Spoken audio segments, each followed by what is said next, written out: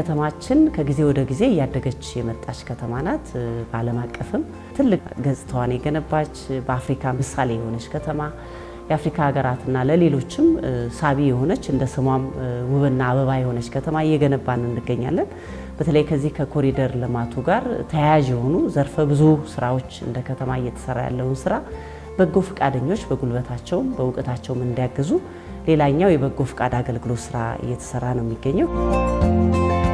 ኮሪደር ልማት በጎ ፈቃድ አገልግሎት የምንሰራቸው አገልግሎት መጀመሪያ የደረቁ ችግኞች፣ የጠፉ መብራቶችን፣ የመንገድ ቱቦዎችን፣ የኤሌክትሪክ መብራቶችን፣ የተለያዩ ነገሮችን እናገለግላለን። ተዘጋ ቱቦ፣ ፍሳሽ ውሃ ካለ እንደዚህ ደግሞ የደረቁ ችግኞች እሱን እየተከታተልን በየሰፈራችን እየተከታተልን የሚጠፉ ነገር ካለ አስተላልፈን እንዲሰሩልን እናደርጋለን። በበጎ ፈቃድ ማለት ምንም ነገር ሳይከፈለን ሙሉ ውበቱ አምሮ ትንሽ ነገሮችን ከኖ ያሉችን እነሱን በማሳየት በበጎ ፈቃድ ይሄንን ስራ ከወራት በፊት ነው የጀመርነው።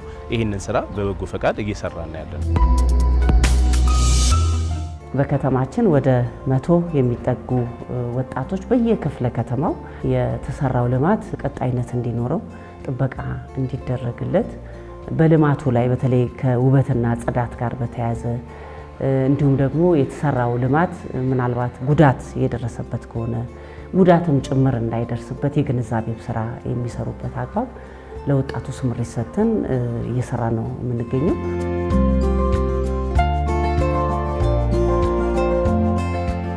ወጣቶችን እዚህ በጎ ፈቃደኛ የሚሰሩትን ማለት ነው በጣም ወሳኝ ስራ ነው የሚሰሩት። ያለበትን ውበት የማስቀጠል እድል ይኖራል ብዬ አስባለሁ። ይሄ በጣም ብዙ ብር የወጣበት እንትን ነው።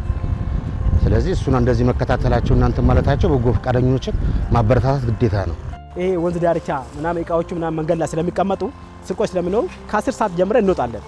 ጠዋት እንሰራለን 10 ሰዓት አካባቢና ማታ የምንሰራበት ያው መብራቶችን ቼክ ለማድረግና ከወንጀል ለመከላከል ማለት ነው የምንሰራው።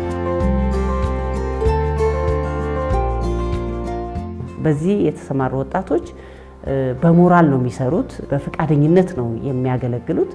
እውቀት ይገበዩበታል፣ በራስ መተማመንን ያዳብሩበታል፣ ስራንም ይለምዱበታል ማለት ነው። በማህበረሰብንም እያገለገልኩ ነው የሚል የአገልግሎት ስሜት እያዳበሩ ይመጡበታልና በልማቱ እኔም አሻራ አለኝ፣ በልማቱ በከተማዋ እድገት እኔም ድርሻ አለኝ የሚል ወጣትም ጭምር እየፈጠርን ያለንበት ስራ ነው እየሰራን ያለነው።